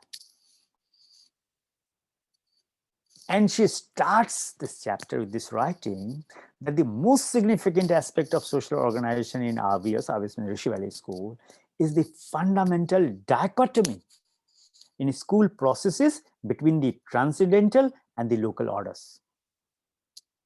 See the beauty. Look at this statement. What do you think? How much thinking must have been required on the part of the researcher to write this? Do you think simply observing this you can understand this? The transcendental order is governed by, of course, none other than Krishnamurti's worldview, which is the that provides guidelines on how the school ought to function, as well as guides administrative policy and decision making. But the local order is what? Local order constitutes the actual schooling process and tends to function independently of the transcendental order. See, the claim is that the school operates itself on the basis of the world perspective of Krishnamurti related to education. But actually, when the researcher observed,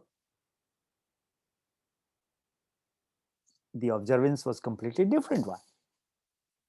So the transcendental order, as just now I have made a point, it constitutes one strand and is concerned essentially with values and the production of new kind of human being through the process of self-knowledge and transformation. And that's why just now we have discussed that why he didn't like the ideology, why he says that all ideologies are idiotics. I mean, he has his own point of view, his own logical stand. So, according to the philosophy or the principles of or the world perspective of Krishnamurti, essentially, what's that? So the transcendental order is that which constitutes one strand and is concerned essentially with values and the production of new kind of human being through the process of self-knowledge and transformation. So she has described this. And now what she does, after describing that, she starts writing about the history and goals. And is there any compatibility between the two?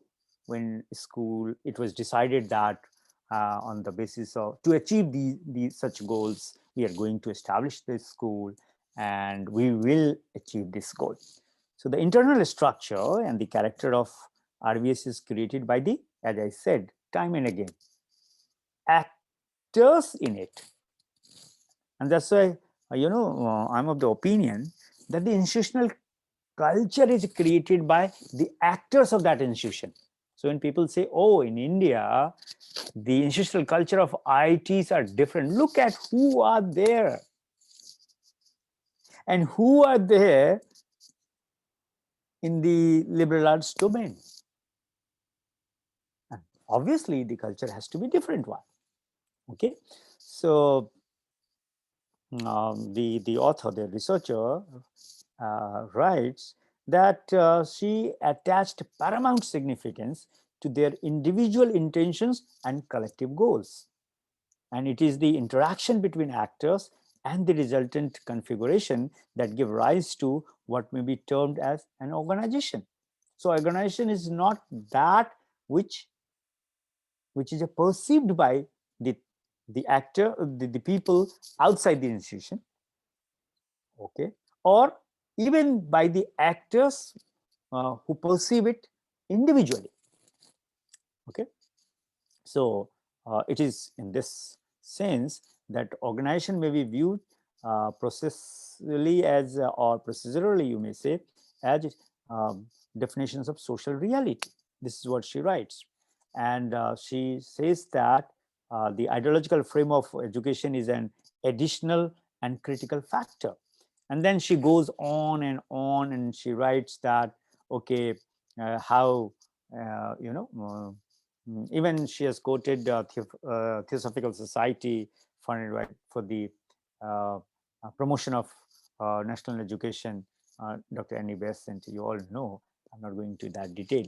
So now I would like to quote when I started the person Malinowski, who is given credit, particularly in the British culture of ethnographic study. And she has written, the historical background of Rishi Valley schools identifies the specific goal orientation of the school. The formal aspect of goal orientation is the character of the organization defined as the system of values for the pursuit of which human beings organize. And who has said this? None other than Malinowski himself. And that's why it's very important. Any qualitative research methodology you accept to use in your research, you must understand its genesis in terms of its historicity or historical context. And then, quoting Malinowski, she writes that in the case of Rishi Valley School, this character may be seen to exist in the form of Krishnamurti's writings on education in general and on the purpose and contents of schooling in particular. And that's why she was in a position to say that when Krishnamurti writes that to promote educational, cultural, humanitarian activities in the light of Krishnamurti's teaching, and she found the contradictions, she found the paradox, okay. And this is what in the second chapter she writes. Now look at the school organization from the functionaries point of view, the key functionaries. And here she focuses on the academic instrumental dimension of a school life. Generally, if you suppose I as a layman enter into any site of the school, I don't see that. I'll not be able to see that. And that's why in the beginning I made a point, prolonged period of engagement. If you haven't done that, it's very difficult to capture the essence of that. Like the present Director General of Archaeological Society of India, I had the opportunity to attend his few lectures on qualitative method of research. I mean, he's a very fond of discussing this work, particularly from the educational point of view. Anyway, so here again, she writes that how principal was appointed, and when principal was appointed, was there any evidence of transcendental order or the local order? Was there any conflict and the contrast, etc., etc.? Oh my God, I'm so sorry. Anyway, time is up. Then when she writes about, but anyway, let me summarize in short.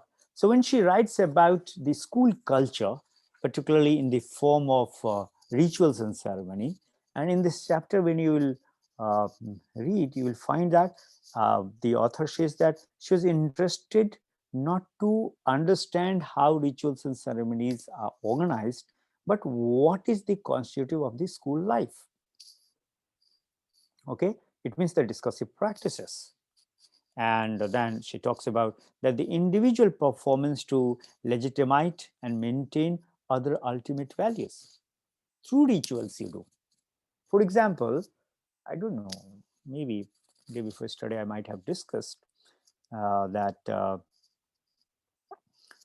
the practice of offering uh, water to our ancestors. Sudhir Kakkar, you must be familiar with that psychologist.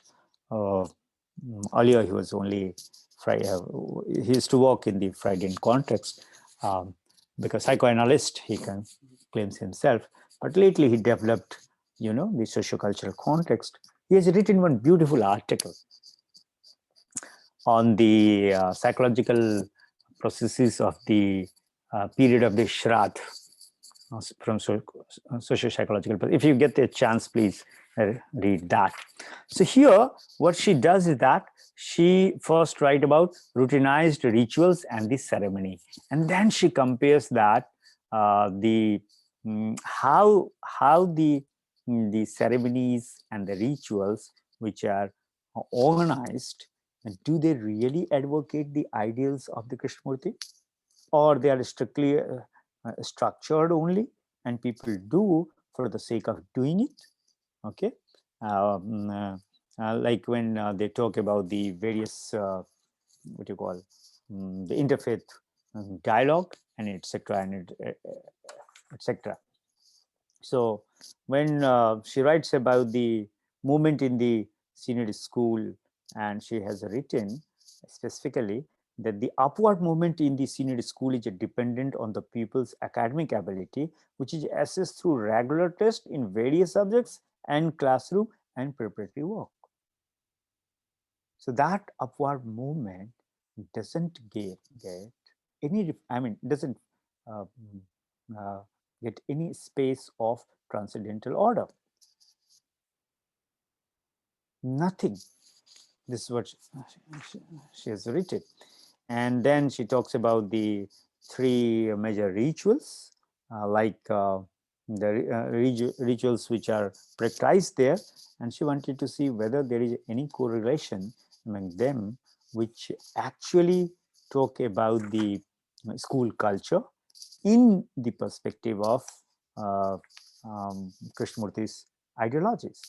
And she has very beautifully written that the rituals in the category of the transcendental order are non-academic and participatory in nature, bringing participants together in love and joy in the creation and celebration of communities, in the sense of an experience that goes to the root of each person's being and finds in that root something profoundly communal and shared. If you have studied, if you have studied some literature related to this, then one of the anthropologists known as Turner, 1969, when he did this study on rituals in the category of transcendental order. Now see how one sociology, taking a clue from previous sociologists, right, particularly from those sociologists who conducted their studies using ethnographic research methodology, taking a clue, build up the ideas, and come out with different kind of conceptualization. The purpose to discuss all this is that only. And then she quotes, and then she says that such rituals are therefore related to the inner life of the individual in as much as an internal she says, I would like to quote, effervescence is sought in order to create a transcendental being who, through immediate perception and action, will bring about social transformation. So in that sense, these rituals are essentialist in nature, concerned as they are with the essence of life. Now see, hardly people, when you look at the, like our students also go to for their school teaching practice or internship, and ask them, okay, have you observed this? Yes, sir. What do you observe? So, from the layman perspective, they'll say, oh, students are assembling here, certain prayers are going on, no, certain rituals are going on, but why and how? And what is the purpose behind it? So sometimes when people, criticize, oh, why you are wasting time? You're not wasting time because you don't understand the essence behind that. And that's why you're saying, but only the researcher can understand. Similarly, when she talks about the teacher culture, and she finds there are two kinds of teachers, professional teachers and ideologue teachers. And what kind of tussle is there between the two? Okay. And here she talks about the intersubjectivity, and she says that intersubjectivity is just central to the process of perceiving and enacting one's role in so far as my life world is not my private world, but rather is intersubjective. And the fundamental structure of its reality is that it is shared by us. There is an author, I really like him, Susan Luckman. I mean, uh, they studied in the year and published it in 1977.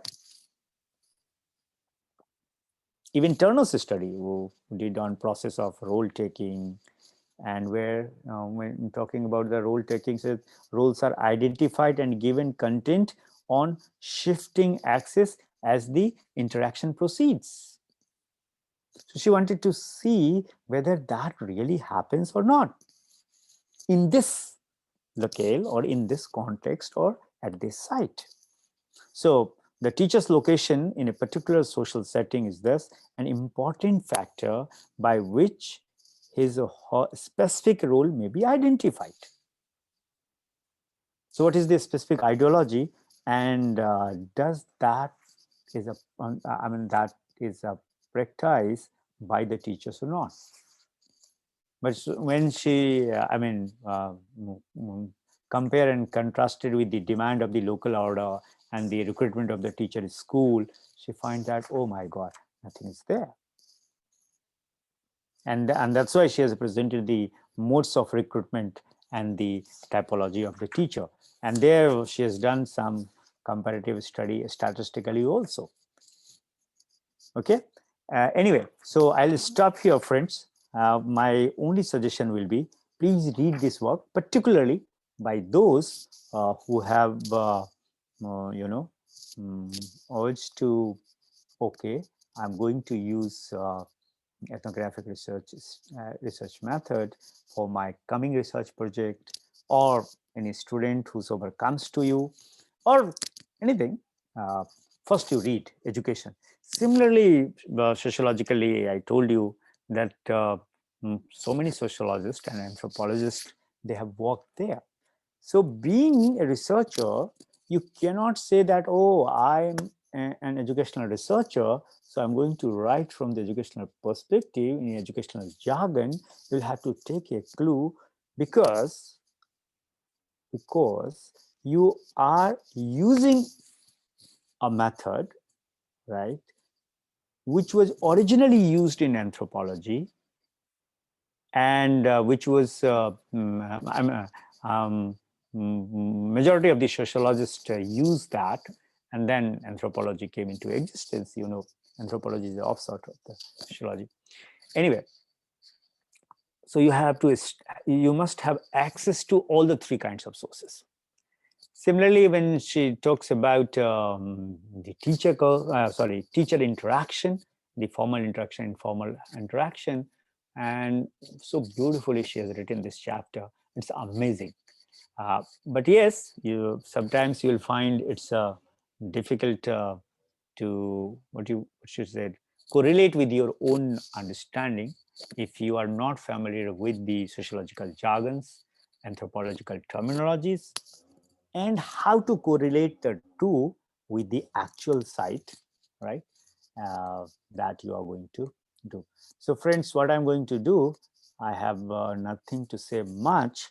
related to this work, because 2 hours not sufficient for this work to discuss, I'll just say thanks to all. Thank you so much. I stop my presentation here and over to the organizer. Thank you.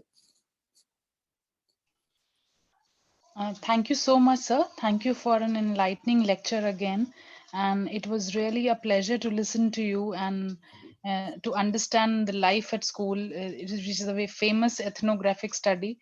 And thank you so much. Looking forward for another brainstorming session tomorrow. And goodbye from our side as well. Thank you so much. Thank you. Thank you so much. I take leave. Thank Good you. night. Good night. Good night.